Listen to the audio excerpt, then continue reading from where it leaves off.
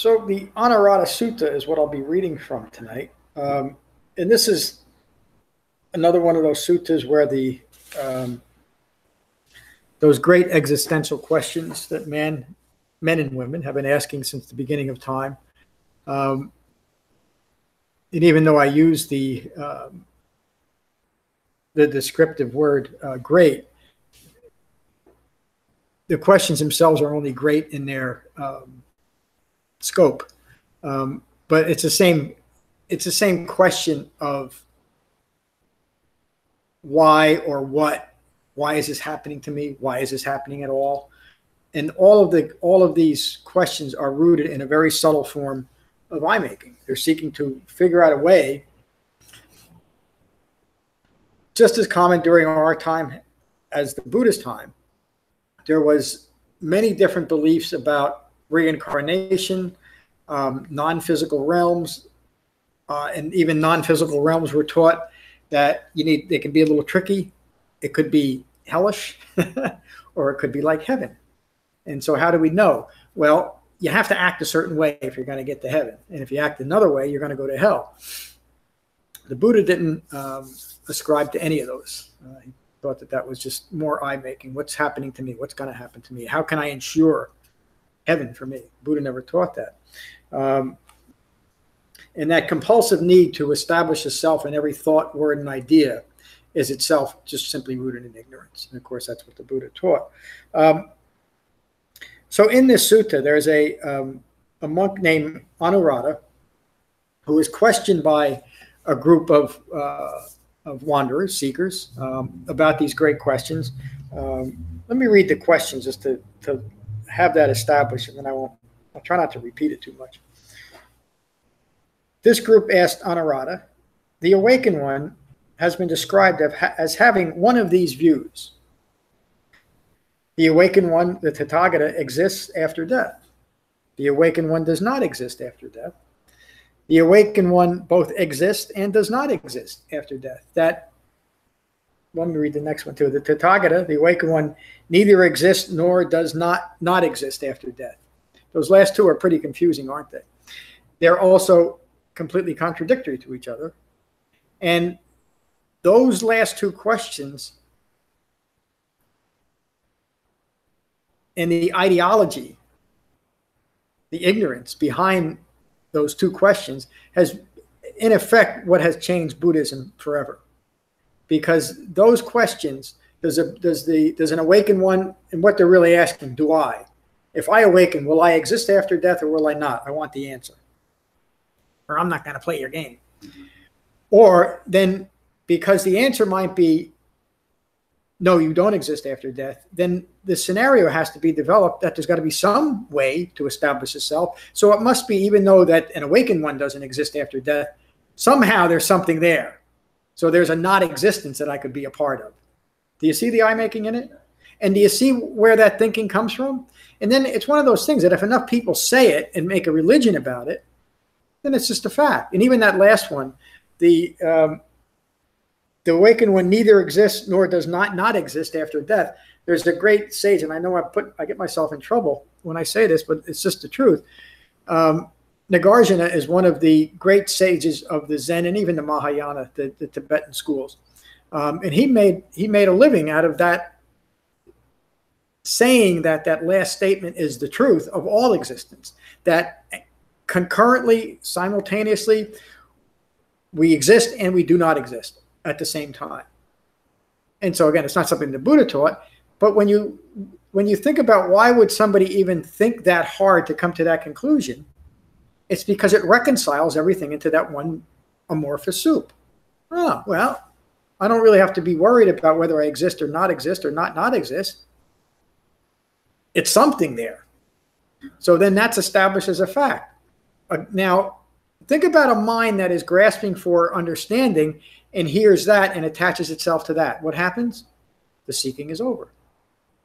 I'm good to go. Now all I have to do is follow this teacher that tells me, do good works, don't smoke, don't drink, don't stay out late at night. When you die, you're either going to not exist or you're going to not exist, but you'll be good to go. And that's where this thinking came from. So Venerable Anuradha replied that the awakened one is not described as having any of these views. So the group was trying to pin Anuradha down to at least one of these views so they can now say, well, this is what the Buddha believes, but he doesn't believe all these other things. Let's not follow him. Anuradha doesn't quite know how to answer the question, though. And simply by saying that the Buddha cannot be described as having any of these views is diminishing the Dhamma in these people's eyes, because he's not presenting the truth. This is not the way that the Buddha would answer that question, because it's an irrelevant question. Remember last week, the questions that Vajragota was asking, the Buddha would say that those questions are irrelevant. Let go of the questions. The Anuradha tried to give an answer to the questions that didn't deserve an answer, even by saying, well, none of those. The question put to Anuradha was, did any of these things describe the Buddha? And the answer that he gave was, no, none of those. So it seems like a reasonable answer, but it's given credence to the questions themselves. The Buddha would answer those questions as those questions are irrelevant. And if you remember how he went through those same questions with Vajragota, he simply said no. But he's not saying that the questions don't describe the Buddha. He's simply saying that the notion is a wrong notion by declaring no and not getting into the argument about it. Was there a question?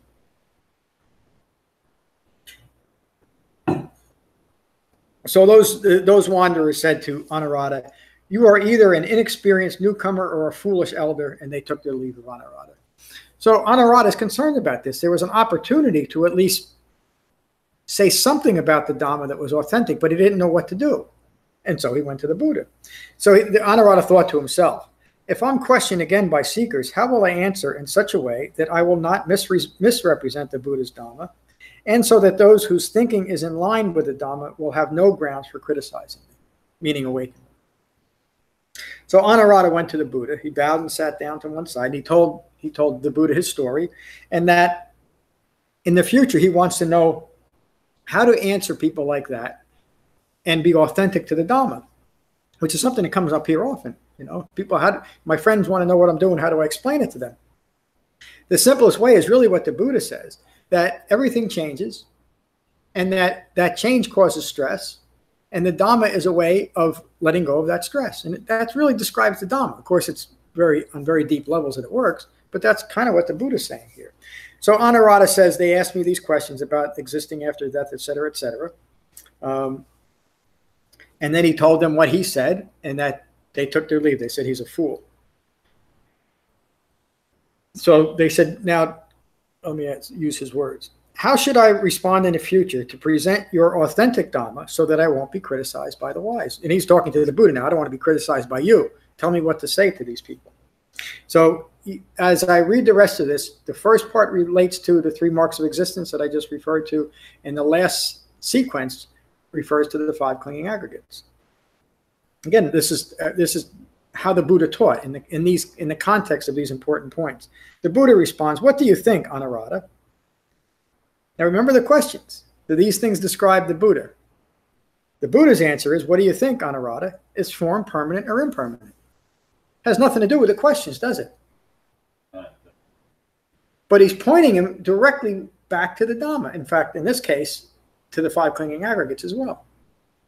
He's teaching Anuradha, this is what describes an awakened human being. And he starts with, is form permanent or impermanent? Form is impermanent, Master. And is that which is impermanent easeful or stressful? That which is impermanent is stressful, Master. We're on retreat, and I think you remember this from the first retreat, Diane. The Anatta-Lakkhana Sutta, that the second sutta that the Buddha ever gave, he asked these questions, and he says that if it's impermanent, how could it be a self? How could it constitute a self if it's always in a constant state of change? He's saying the same thing here. And is it authentic to my Dhamma to join with what is stressful, to self-identify with what is stressful by regarding what is impermanent, stressful, subject to change, as this is mine, this is myself, this is what I am? No, it is not, Master. Is feeling permanent or impermanent? Feeling is impermanent. I'm going to go through the whole list here. And he goes through the 5 aggregates here. Is perception permanent or impermanent? Are fabrications permanent or impermanent? And the Anuradha's answer was that they are impermanent. Is consciousness permanent or impermanent? It's impermanent, Master. And is that which is impermanent easeful or stressful? That which is impermanent is stressful, Master. And so again, the same question.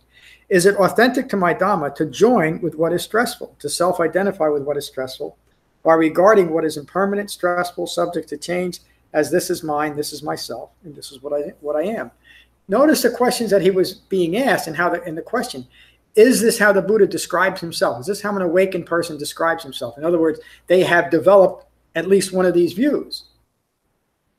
The Buddha is saying these are the views that an awakened human being has. This is not me. This is not myself.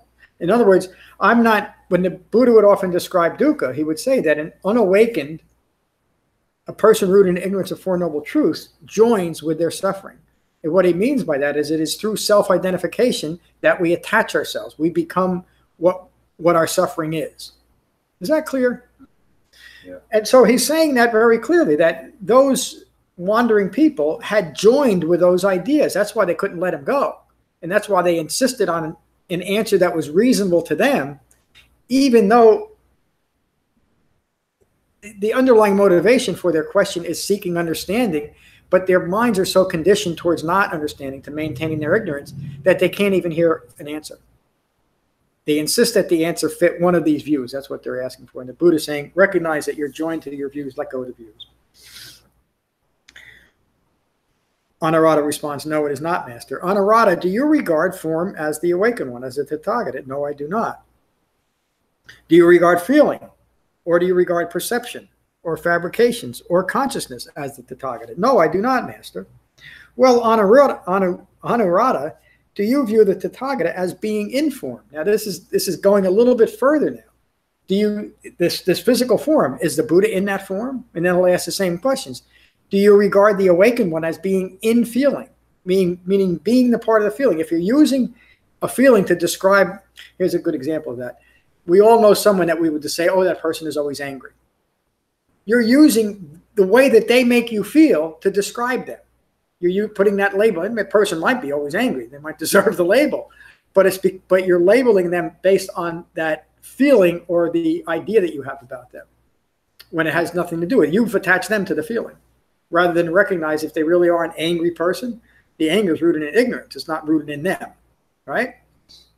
There's no connection between what that person truly is and what they're expressing, even if they're screaming at the top of their lungs all the time. It's because of ignorance. And you think about someone who has gotten so far gone psychologically that they are screaming and angry at everyone. Well, they really are mentally ill, aren't they? They're mentally ill from the point of lacking understanding of the Dhamma, or they wouldn't act that way. And then the Buddha asked those same questions. Do you view the Tathagata as being other than feelings? Do you view the Tathagata as being in perception or other than perception? The same kind of questions. Fabrication the same way, consciousness the same way. Do you view the Tathagata as being in other than consciousness? So how could that be? But again, it's those crazy questions that if it's not in consciousness, there must be some way to establish somebody out of consciousness. All those questions are completely irrelevant and distractions to the Dhamma. No, I do not, Master. Do you view the Tathagata as without form, without feeling, without perception, without fabrications, and without consciousness? No, because that's another extreme view, isn't it? It's always in its own. Here's what you tell people. So Anuradha, when you cannot describe or establish the Tathagata as a permanent truth in this present life, is it authentic for you to declare that the Tathagata, the awakened one, has any of these qualities you described? In other words, they're completely irrelevant. Why does anybody feel the compulsive need to attach an idea onto an awakened one? Why would they want to do it? Because their minds are rooted in ignorance.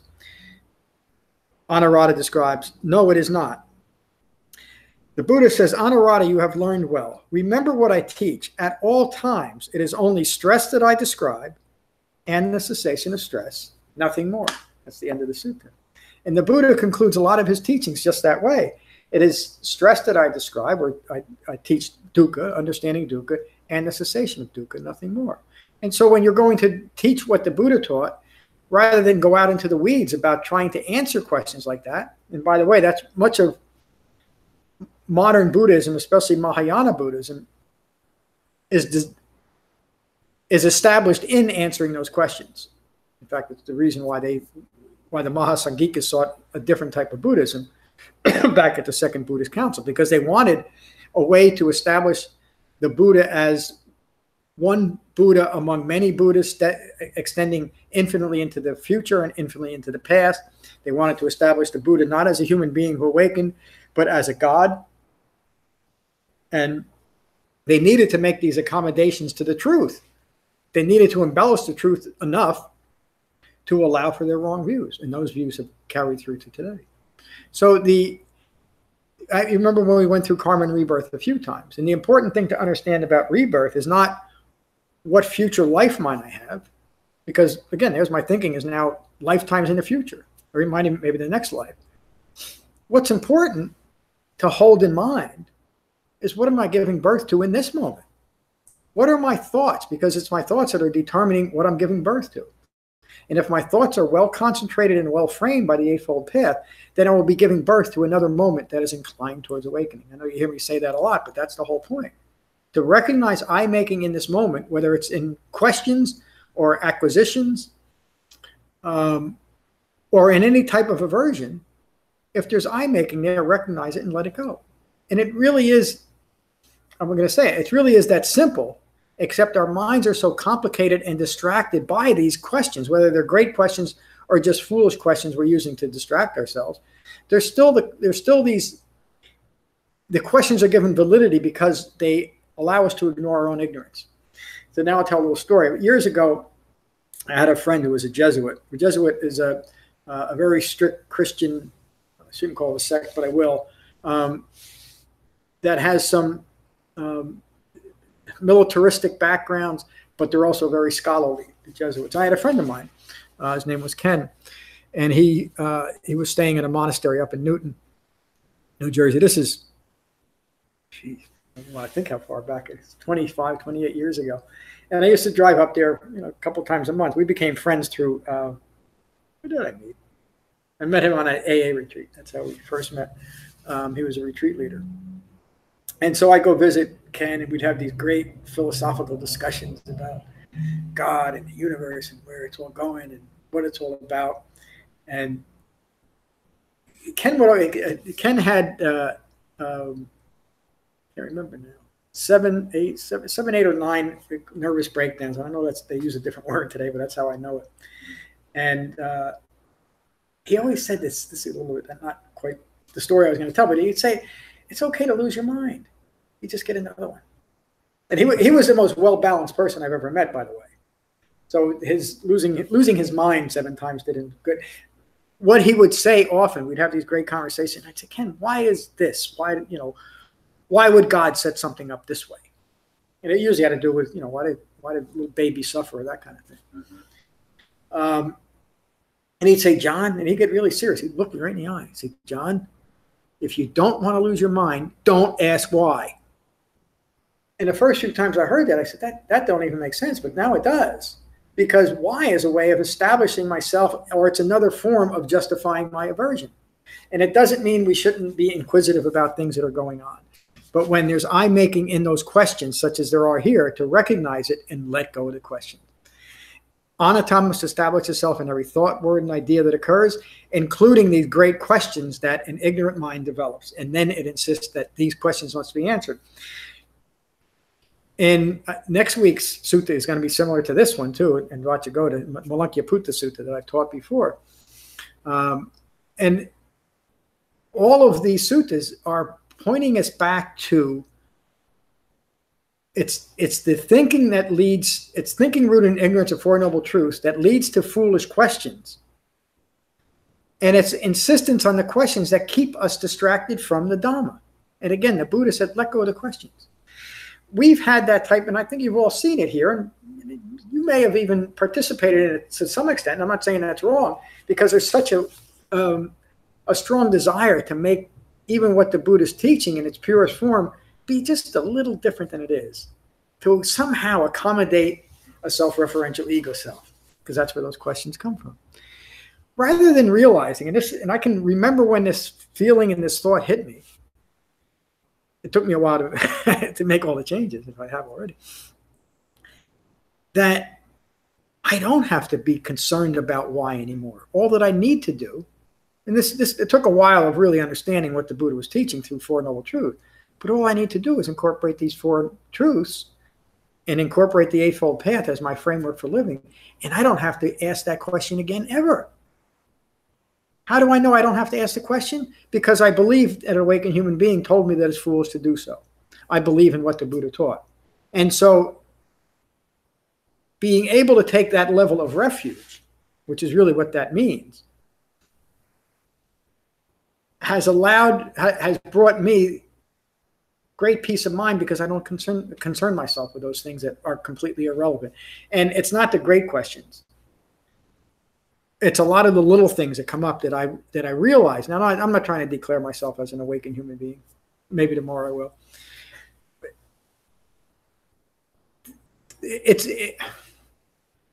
It's remarkable to me. I mean, this might sound silly because I've spent my lifetime learning this, but it's still remarkable to me that I don't get upset more than I get upset. And that's not to say that I still don't have concerns. But even those aren't, I don't see things as being different. It's just a concern about something, how something is. A lot of the fear has left me, but I noticed that the fear was mostly what's going to happen to me when I die. I didn't realize it. Most of us don't realize it, that existential fear is really the fear of death. But when you don't fear death, a lot of those other fears fall away. And I don't know that it's because I'm getting a little older that I don't fear death. It's not like I can't wait for it to happen either. It's just part of the process. To me, death is just another thought, like the thought I just had to say that. It doesn't, there's really no difference, except I won't be here on Thursday nights. You know, do you understand what I'm saying? Yeah. Poof. There's, yeah, like I'm going far enough, I think, with this sutta. I'm going to teach it again on Saturday too, but any questions about this? So we've made friends with Anuradha this week and Vajragota last week, but they're interesting teachings, aren't they? And Amalakya-Putta. So, Kevin, well, let's start. Ladies first. Diane, what do you have to say for yourself tonight? Well, I'm smiling about the dying part of it. I don't have any problem with dying. It's the mess I'm going to leave behind unless I get it cleaned up. I mean, I have a lot of stuff, papers and yeah, I know. Stuff that I'm making. I put it in my will, just put a torch to it. It's impermanent. I know. Get the dog out. I know, I think my mother, anyway. I like these two fellows because, or the example of them, the story of them, because it frees me to not have to answer, not have to react to questions that may or may not be deep, or may or may not have be pertinent to my life, or just really in general. I can actually choose not to answer something if I want to, and especially if I don't have an answer that's that feels right. So that's, I guess, what my takeaway of the stories is. That's the good way to look. I mean, the Buddha could have, he was teaching Anuradha an important lesson, but he could have easily had said, or quickly, succinctly have said, right speech. Yeah. Maintain right speech. But of course, there's more to that too. The Buddha didn't just teach that, he taught how to do it. And that's really the difference between what the Buddha taught and most religions teaching morality as a way of life. Because the Buddha realized that as moral as we might want to act, at times, at least in our minds, we can't, because we're rooted in ignorance. And there's views that we carry with us that don't allow us to act that way all the time, even though we want to. So we've got to change our thinking. Thank you. Kevin, good to see you tonight. Yeah. Yeah, it's just as we talked about last week, there are, these questions that come up.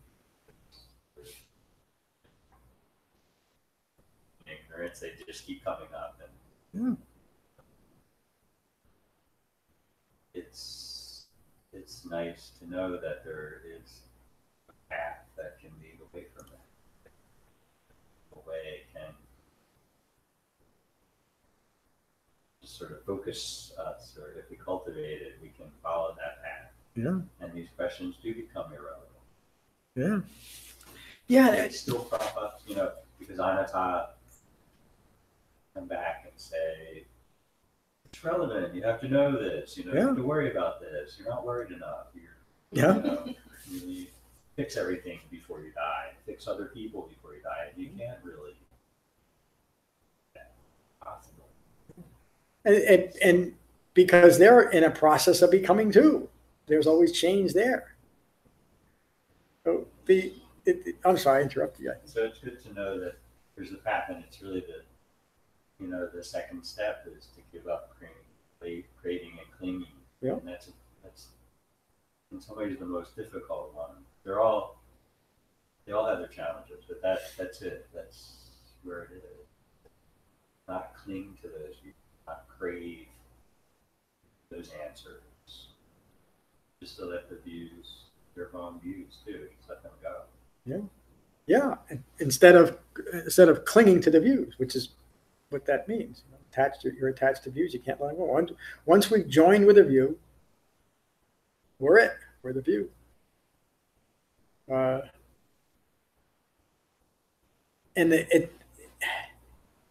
it seems substantial. It seems like this thing, dukkha, is such a real thing. Ignorance is real. It's something that has its own strength and maybe even its own power. Of course, it doesn't. There's nothing there. It's like foam on the water. But because we think it's real, it is real. Because we think that these questions should be answered, they should be answered. And the Buddha is taking a very, very refined view of life in order to develop happiness in this life. He's never said that those questions shouldn't be asked or should be asked. He never even said that they're unreasonable questions. He said they're irrelevant to developing the Dhamma. And the Dhamma is about peace and happiness right now. There's a sutta called the Samsapa Sutta, and I'll probably teach it right after retreat, also called the handful of leaves. And the Buddha talks about his knowledge being like all the leaves on the trees in the forest, rather than the handful of leaves he has in his hand. He asks the question, what is my knowledge? Is it like all the leaves on the trees, or is it like the leaves that I'm holding in my hand? And of course the group said, your knowledge is like all the leaves on the trees. And he said, and what I teach is like the leaves I have in my hand. Why is that? Because the rest is irrelevant. It doesn't relate to the Dhamma. You don't need to know. And an awakened human being, once they're awakened, will know what they need to know. It said that the Buddha, upon his awakening, had gained these superpowers. He never claimed that. It said that he was clairvoyant and he could travel around disincarnate bodies and all this stuff. That's something that was put on the Buddha after his, people wanted to ascribe that to him while he was alive too, but he never bought into it. He never said that it was true. He never described himself in any way except, I'm a human being, this is what I did to awaken, and this is how I live my life. Very simply, he lived his life in a way that was always an example to others, which is an important part of the Dhamma too, which is also what he's teaching Anuradha. You have to have it. And I was going to talk about Kassapa in that frame, but I'm going to give a talk on him too. So that's enough for tonight, I think. Yeah. And I think next week's talk you won't be here. But it's along these lines, so it'll be taped 4 times. So you'll have an opportunity. Yeah. And our Thursday. You'll be here Thursday night? Yep. Don't you usually go up? Oh, on retreat. Yeah, those next week is not retreat. Retreat's in 2 weeks. Not next week. Yeah, there's 2 weeks. So I'm going to have to go out and drum up some customers. Yeah. Yeah, it's strange how Thursday night really dropped off. But for a couple of weeks, we were having a full house here. But, yeah. But that's how it is. People, I'd love to see a full house every night just because people learning, but this is the way it is. People come in and out. They try it out. They realize maybe it's not for me, but some people come back and some don't. But that's always been the way it is. If everybody that ever took a Dhamma-based course stayed, I think the whole world would have awakened by now. But it's just not for everyone. That's the way it is. So we're fortunate to have what's here. A retreat is in 2 weeks from tonight. Yeah, 2 weeks from tonight.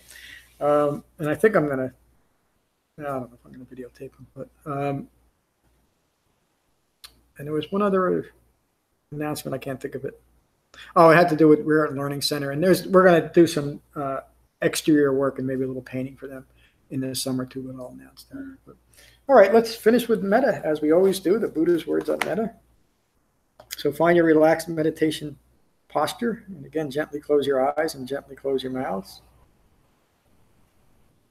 And again, become mindful of the sensation of breathing in your body, your in-breath and your out-breath. And these are the Buddha's words on metta from the Karaniya Metta Sutta. This is what should be done by one who is skilled in goodness and who knows the path of peace. Let them be able and upright, straightforward and gentle in speech, humble and not conceited, contented and easily satisfied, unburdened with duties and frugal in their ways, peaceful and calm and wise and skillful, not proud or demanding in nature. Let them not do the slightest thing that the wise would later reprove. Wishing in gladness and in safety, may all beings be at ease. Whatever living beings there may be, whether they are weak or strong, omitting none, the great or the mighty, medium, short, or small, the seen and the unseen, those living near and far away, those born and to be born, may all beings be at ease. Let none deceive another or despise any being in any state. Let none through anger or ill will wish harm upon another. Even as a mother protects with her life her child, her only child, so with a boundless heart should one cherish all living beings. Radiating kindness over the entire world, spreading upwards to the skies and downwards to the depths, outwards and unbounded, freed from hatred and ill will. Whether standing or walking, seated or lying down, free from drowsiness, one should sustain this recollection. This is said to be the sublime abiding. By not holding to fixed views, the pure-hearted one, being freed from all sense desires, is not born again into this world. Thank you for a wonderful class tonight. Peace.